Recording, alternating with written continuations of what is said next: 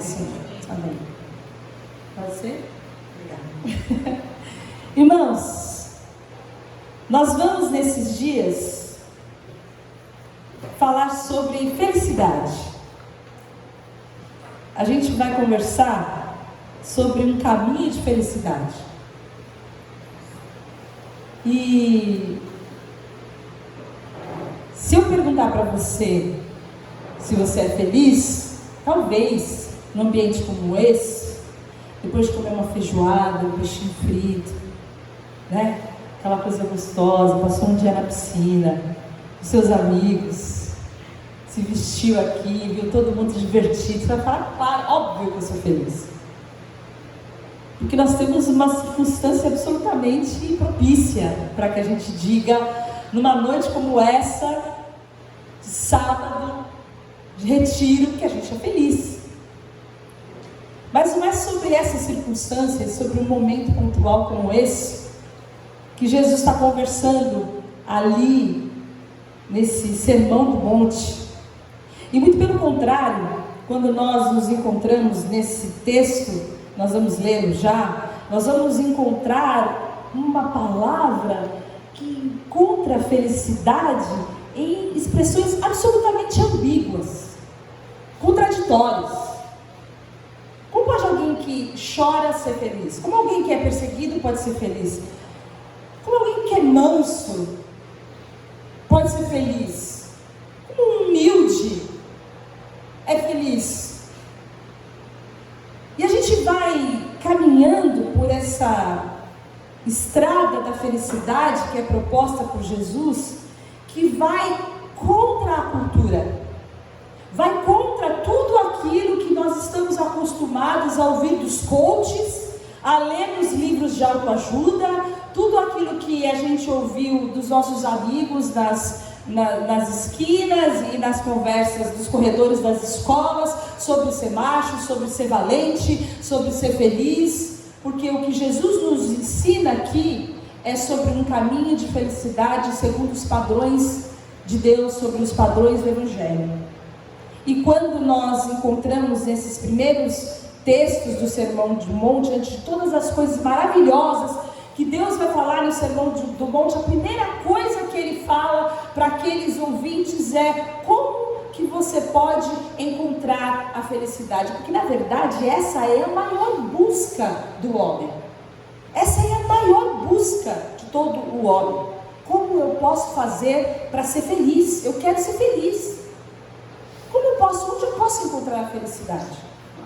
E quando nós encontramos esses termos que são oito caminhos, 8 pontos, 8 modos, 8 estradas para encontrar a felicidade, nós vamos ler os versículos de Mateus 5, dos versículos 1 a 12. Eu convido você a ler comigo. Ao ver as multidões, Jesus subiu ao monte e sentou-se. Os seus discípulos aproximaram-se dele e ele começou a ensiná-los, dizendo: bem-aventurados, que quer dizer mais que feliz, os pobres em espírito, pois deles é o reino dos céus. Bem-aventurados os que choram, pois serão consolados. Bem-aventurados os humildes, pois receberão a terra por herança. Bem-aventurados os que têm fome e sede de justiça, pois serão satisfeitos. Bem-aventurados os misericordiosos, pois obterão misericórdia. Bem-aventurados os puros de coração, pois verão a Deus. Bem-aventurados os pacificadores, pois serão chamados filhos de Deus. Bem-aventurados perseguidos por causa da justiça, pois deles é o reino dos céus. Bem-aventurados serão quando por minha causa os insultarem, os perseguirem e mentindo disserem todo tipo de mal contra vocês. Uma vez fizeram um tipo de enquete, uma pergunta sobre o que seria necessário para fazer uma pessoa feliz. Se eu fizesse uma pergunta para você assim: o que é fazer você feliz hoje?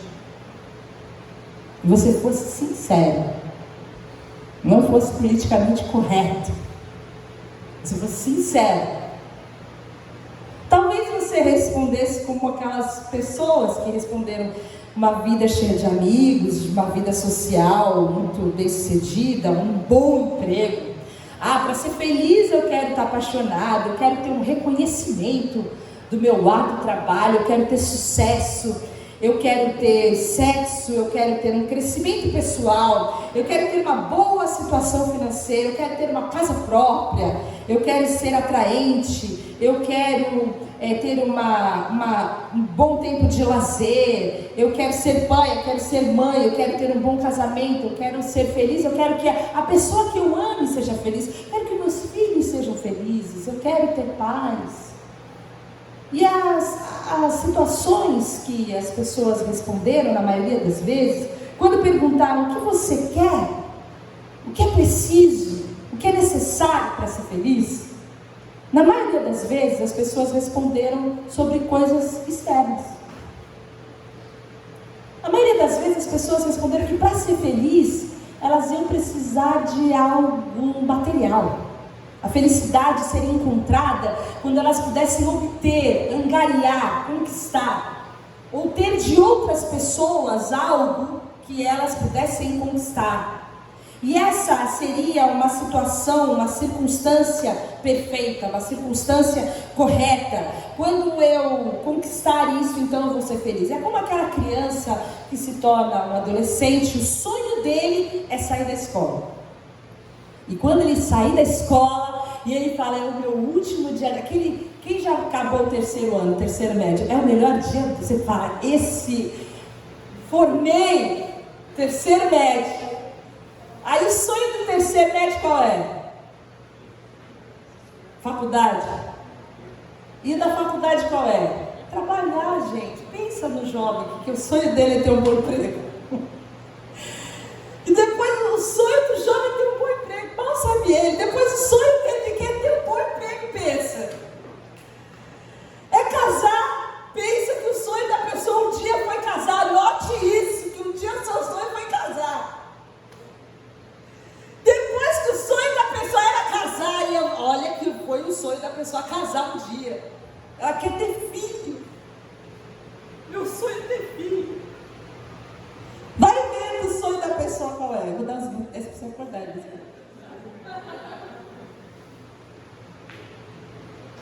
E sabe que é um poço sem fundo. Perguntaram para o milionário o que ele precisava para ser feliz, e ele falou só um pouco mais. Uma vez, para aquele sujeito que tinha enchido um celeiro e ele podia descansar, ele falou assim, acho que eu vou ampliar um pouco mais o celeiro. Vocês se lembram dessa história? Um pouco mais para ser feliz, só um pouco mais, porque o sonho é mais. E a gente sabe que a ideia da felicidade é quando a gente tem uma situação externa perfeita.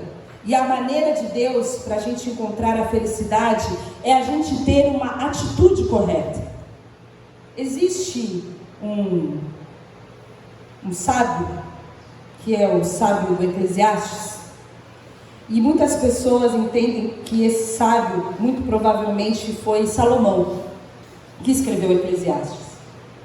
E Salomão foi um sujeito que tinha tudo, inclusive muita sabedoria, muita riqueza, muitas mulheres, ele tinha absolutamente tudo. Se você quer saber o que Salomão entendia sobre a felicidade, você pode ler Eclesiastes 2, você vai entender o que ele fala sobre isso. Em algum momento em Eclesiastes ele fala o seguinte, olha, eu disse a mim mesmo, venha, experimente a alegria, descubra as coisas boas da vida, mas isso também se revelou inútil. As coisas da vida não foram suficientes para me trazer alegria. E no decorrer do capítulo de Eclesiastes 2, o sábio vai dizer o seguinte, olha, existem 3 becos, 3 terríveis becos sem saída, na busca da felicidade. E esses 3 becos são o acúmulo de bens, os prazeres da vida e o sucesso. E na verdade, a gente passa a nossa vida buscando isso.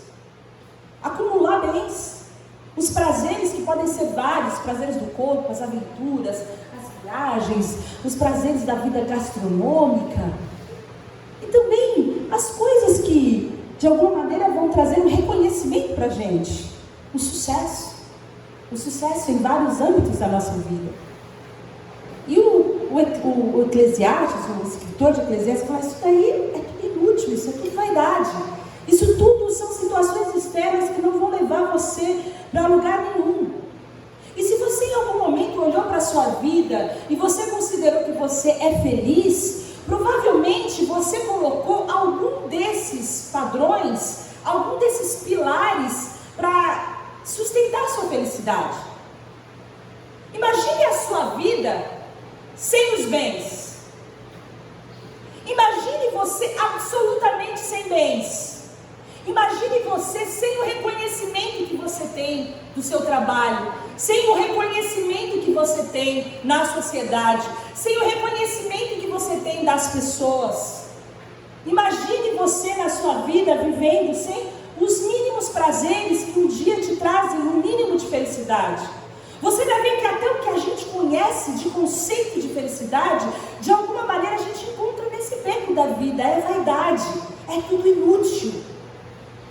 É um conceito vão de felicidade que Jesus está ensinando para nós, que não vai nos levar à verdadeira felicidade que Jesus tem para nós, e é o que ele traz para a gente aqui, nesse conceito do Sermão do Monte. E uma das primeiras coisas que ele traz para nós como felicidade é entendermos que para ser feliz, a felicidade é uma escolha.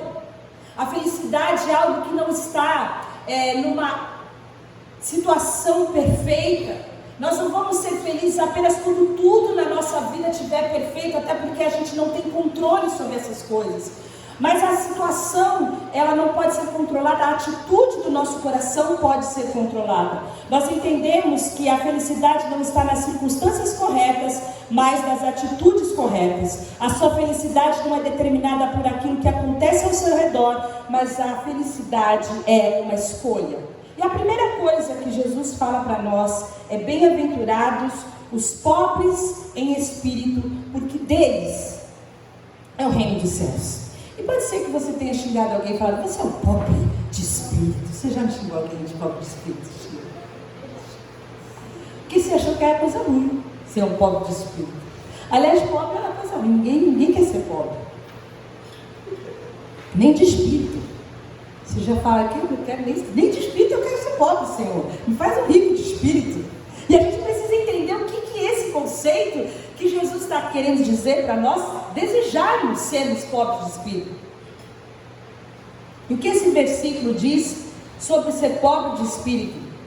O que Jesus diz sobre ser pobre de espírito não é sobre nós termos uma baixa estima, sobre a gente ser tipo um lixo de gente, ser um tipo de gente que se acha para baixo, está sempre derrotado.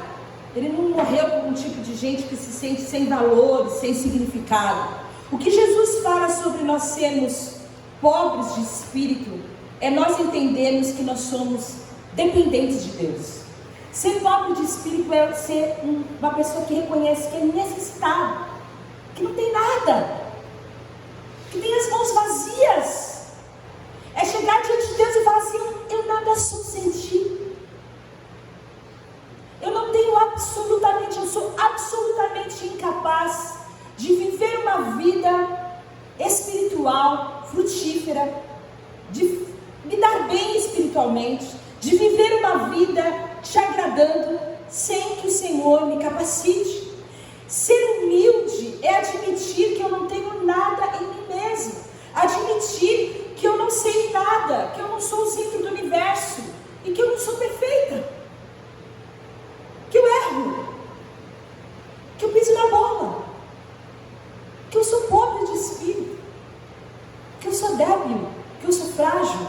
Ser pobre de espírito é ser dependente, fraco, débil, humilde, é ser sem arrogância, é ser sem soberba, é não me achar, é não me entender como alguém que tem alguma coisa boa em mim mesmo para oferecer. É saber que tudo que eu tenho e tudo que eu sou é pela graça de Deus, que eu sem Deus sou vazia como uma bexiga, não tenho absolutamente nada para entregar nem para dar para ninguém.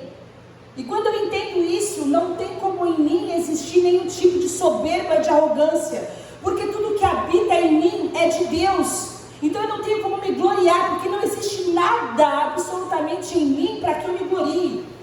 Porque tudo de bom que tem em mim vem de Deus. Quando eu entendo isso, eu entendo que eu sou pobre de espírito.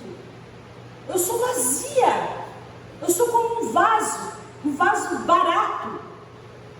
Que o único valor que existe em mim é a grandeza de Deus que em mim é depositada. E o nome disso é humildade. O nome disso é humildade. E o oposto dessa pobreza de espírito é a arrogância. E aí você me pergunta assim, como que então a humildade pode aumentar a nossa felicidade? Você vai ser feliz se você reconhecer que ninguém tem em si mesmo o que é necessário para agradar a Deus. Ninguém tem em si mesmo o que é necessário para agradar a Deus. E a humildade vai ajudar você no relacionamento, em primeiro lugar, com você mesmo. Em segundo lugar, vai ajudar o relacionamento de você com as outras pessoas. Em terceiro lugar, vai ajudar o relacionamento de você com Deus. Como? Em primeiro lugar, vai ajudar o seu relacionamento de você com você mesmo. Porque você já reparou quanto você se cobra? Você já reparou o quanto que você precisa mostrar que você é bom? E quanto você precisa agradar as pessoas, porque na verdade o que você quer agradar você mesmo quando você agrada as pessoas? Você já reparou quanto que você precisa do reconhecimento das pessoas? O quanto energia que a gente gasta com a nossa performance para mostrar que a gente é bom em alguma coisa, que a gente vale alguma coisa. O quanto é exaustivo isso, o quanto é desgastante isso. E quando alguém é humilde, a gente não precisa ter todas as respostas. Quando a gente é humilde, a gente percebe que o mundo não depende da gente. Quando a gente é humilde, a gente não precisa resolver todos os problemas. A gente não precisa fingir que a gente é perfeito. Quando a gente é humilde, a gente sabe que Deus não vai exigir a perfeição para que a gente seja feliz. A gente não precisa se autoafirmar. A gente não precisa o tempo todo mostrar para as pessoas que a gente é bom. A gente está livre para ser a gente mesmo, ainda que seja bizarro. A gente está livre para ser quem a gente é. E a gente está livre para colocar uma placa que a gente está em construção, em transformação. Deus está me moldando, Deus está me transformando. E isso faz com que a gente possa viver livre da tensão entre o que é ideal e o que é real. E essa é a maior tensão que a religiosidade traz para nós. Porque a religiosidade fala, olha, o cristão tem que ser assim, tem mesmo, está na Bíblia, o cristão tem que ser. Mas o cristão ainda não é. E na nossa tentativa de querer agradar e de querer chegar, muitas vezes a gente se desgasta numa performance de querer mostrar que a gente já é algo que a gente ainda não chegou, um lugar que a gente ainda não alcançou. E a liberdade de ser humilde é você ser quem você é, mostrando que você está sendo moldado por Deus, transformado por Deus, e você pode ser quem você é, aceitando o fato de que alguém é feliz, porque está vivendo na dependência de Deus, mesmo quando a situação não é ideal. E isso é algo muito sério, porque a gente tende a impressionar as pessoas através do que a gente gostaria de ser. E a gente pode ser quem a gente realmente é, sem estresse. Isso diminui o estresse. Quanto mais a gente depende de Deus, mais humilde a gente é. Quanto mais a gente depende de Deus, quanto mais a gente depende de Deus, mais a gente coloca a nossa vida diante de Deus, mais a gente se satisfaz em Deus, mais Deus é glorificado nas nossas vidas. A gente não deve se satisfazer e se gloriar na nossa imagem, na nossa aprovação, mas a gente deve se gloriar apenas em Deus. E é nisso que Deus é glorificado. Você é feliz quando aceita viver na dependência de Deus. Não precisa ser perfeito, não precisa fingir, diminuindo a tensão entre o real e o ideal. Deus é mais satisfeito em mim, quanto mais eu estou satisfeito nele. A segunda coisa é que a humildade melhora os relacionamentos. É muito difícil a gente se relacionar com pessoas que falam ou se posicionam ou se colocam como centro de todas as coisas o tempo todo. Você talvez conheça, tenha algum amigo, alguém no seu trabalho assim, que você vai se lembrar. Aquele sujeito que você chega na roda e ele está sempre falando dele, ele é sempre o centro de todas as coisas, ele está sempre contando a história, ele é sempre aquele que é o melhor de todos. Talvez ele nem tenha tantos amigos assim. Ou talvez a gente seja essa pessoa. E você pode saber se você é humilde ou não, se você responder com sinceridade, se você é um bom ouvinte. Se você ouve com amor as outras pessoas.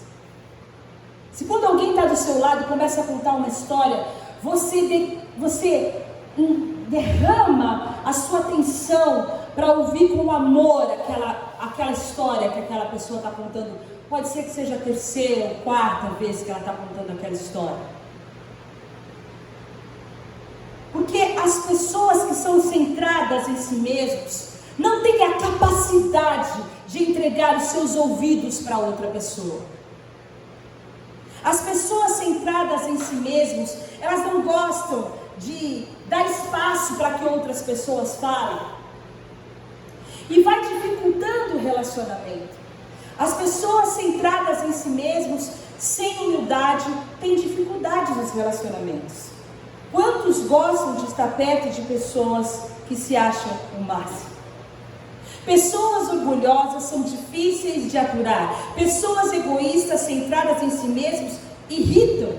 Ninguém gosta de estar perto delas. Pessoas egoístas acabam com seus relacionamentos e mais. Pessoas egoístas nunca são felizes, porque elas não têm amigos.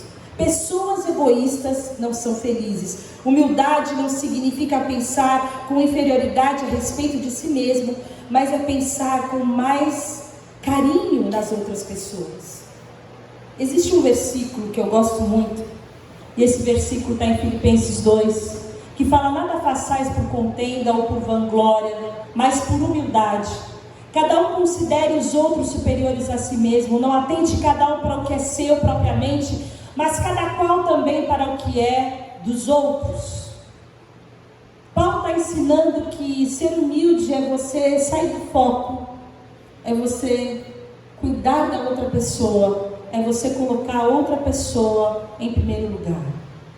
Ser humilde é você entender que você precisa cuidar do outro antes de cuidar de você mesmo.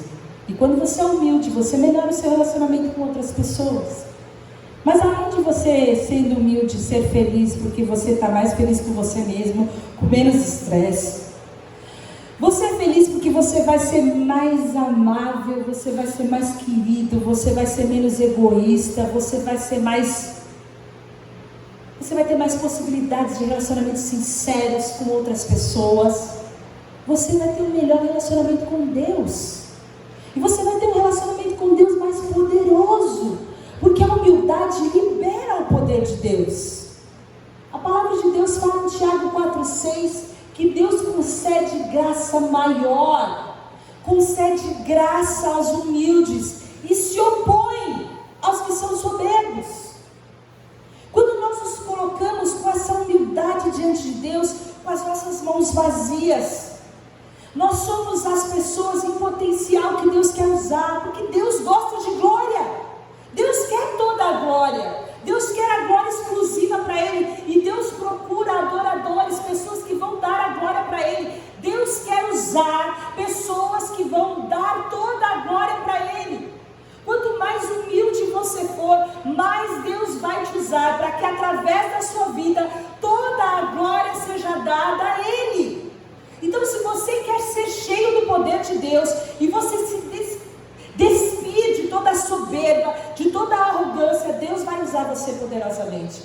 para Ele seja dada toda a glória, para que Ele tenha poder e Ele tenha autoridade, e através da sua vida grandes coisas possam ser realizadas. A palavra de Deus fala que é Ele quem efetua em nós tanto o querer como o realizar.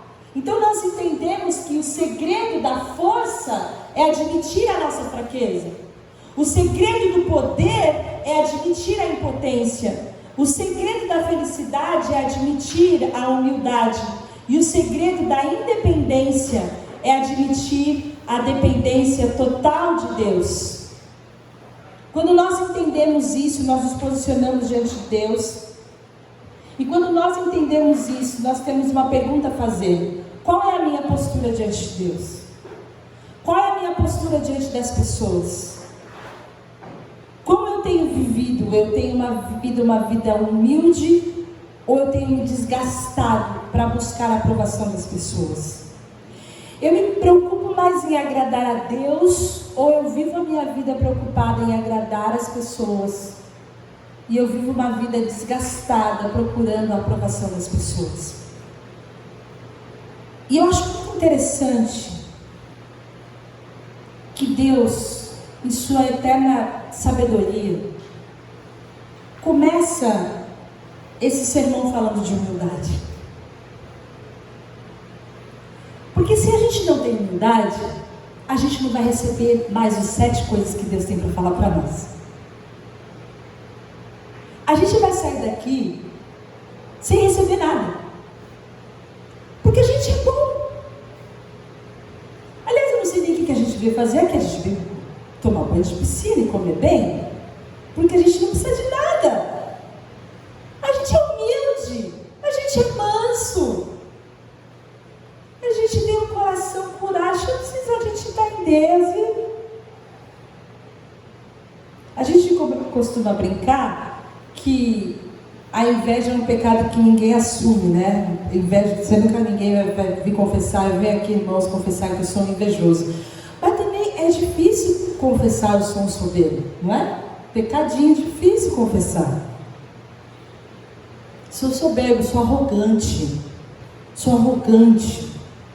me acho superior às outras pessoas, não tenho paciência com ninguém, tenho um olhar altivo.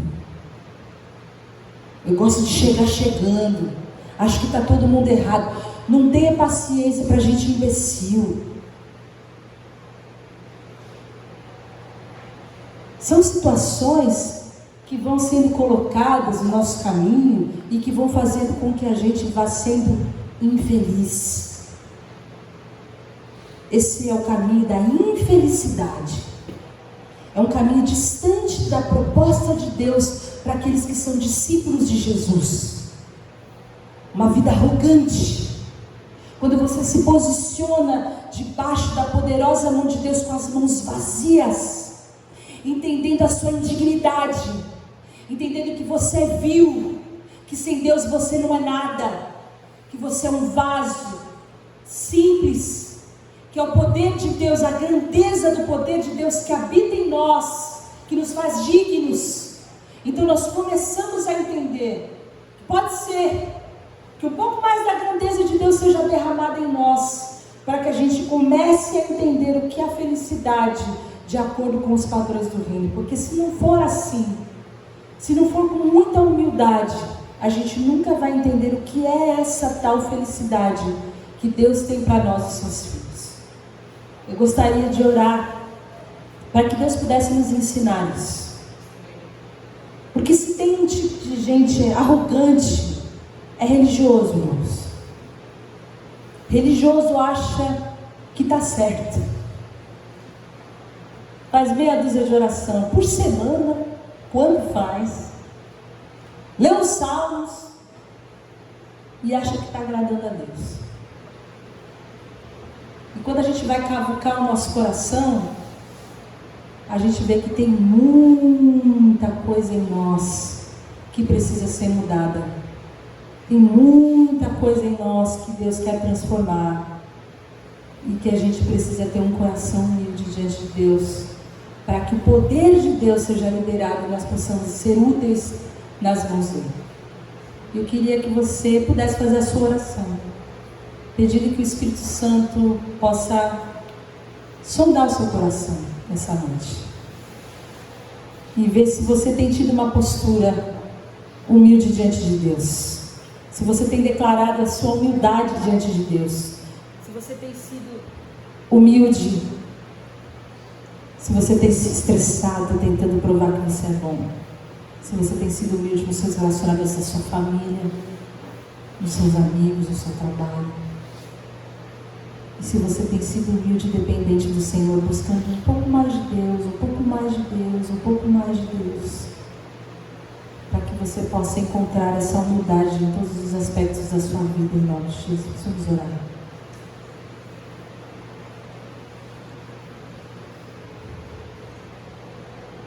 Senhor Jesus, nós buscamos a felicidade em tantas coisas. E com certeza a humildade não seria uma delas. Eu peço a Deus que Teu Espírito Santo possa ministrar aos nossos corações